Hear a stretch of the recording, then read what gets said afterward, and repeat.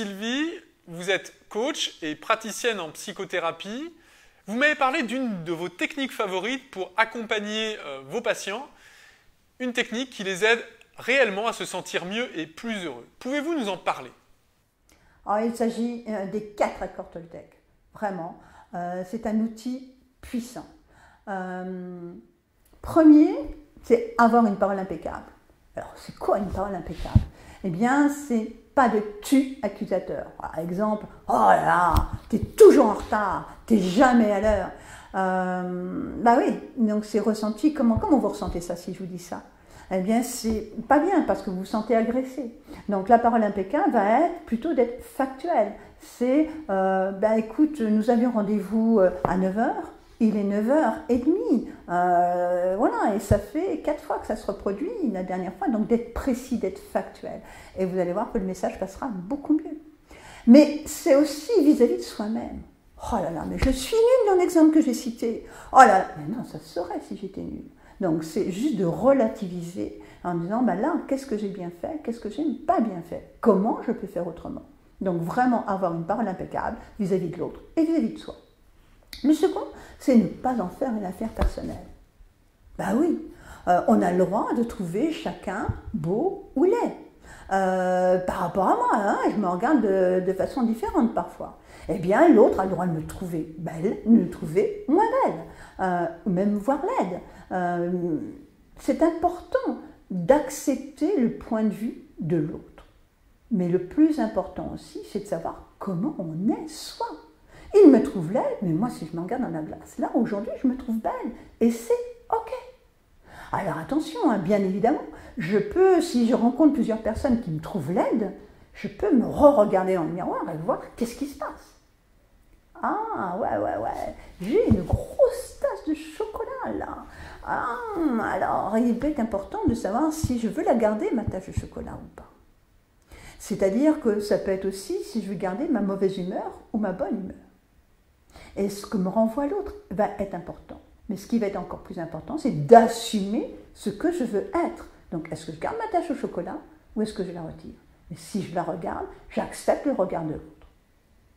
Le troisième, c'est ne pas faire de suppositions sans aller les vérifier quand c'est essentiel pour moi. Je ne sais pas si vous êtes comme moi, mais souvent les suppositions, j'en fais. Oh là là, si je reprends l'exemple du retard, mais qu'est-ce qui fait qu'il est en retard, hein? Oh, ouais, ça y est. C'est sûr, il a vu des copains, il a discuté avec, ou il a préféré quelqu'un d'autre à moi. Ou il regarde jamais l'heure. Enfin, je suis en train de faire tout un tas de suppositions qui m'énervent. Alors après, est-ce que c'est important que j'aille vérifier pourquoi il est en retard ou pas?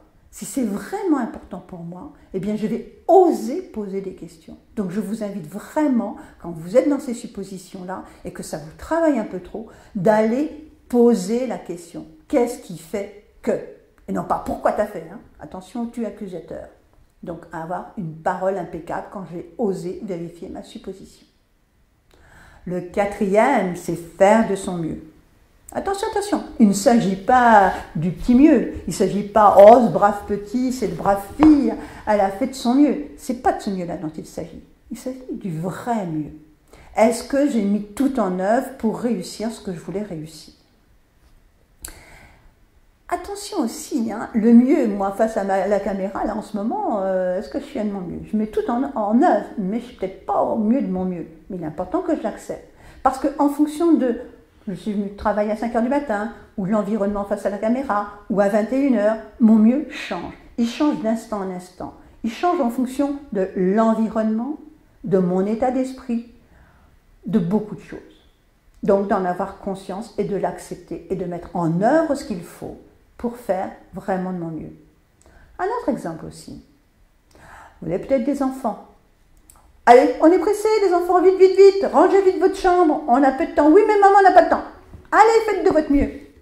Puis quand j'ouvre la porte, que je vois le linge sale sous le lit, j'ai les enfants, vous avez rangé votre chambre. Ben oui, maman, on a fait de notre mieux. Ben leur mieux à eux, c'était de cacher le linge sale sous le lit. Le mieux à moi, c'était que le linge sale aille dans la bête au linge sale. Alors, le mieux, il change d'instant en instant en fonction de vous, mais aussi Votre mieux à vous n'est pas le mieux des autres. Donc, soyez précis dans le mieux que vous attendez. En tout cas, merci Sylvie pour ces quelques conseils et quelques principes qu'il est utile, qu'il peut être utile d'appliquer au quotidien pour aller mieux et se sentir plus heureux. Voilà, eh bien écoutez, si vous avez envie de travailler sur ces points avec un coach, eh bien écoutez, contactez l'un de nos centres d'orientation en France. On propose du coaching professionnel, mais aussi du coaching personnel. Un coach se fera un plaisir de vous recevoir et de vous aider à travailler sur le point que vous souhaitez travailler et faire évoluer. Merci de votre écoute et à très bientôt.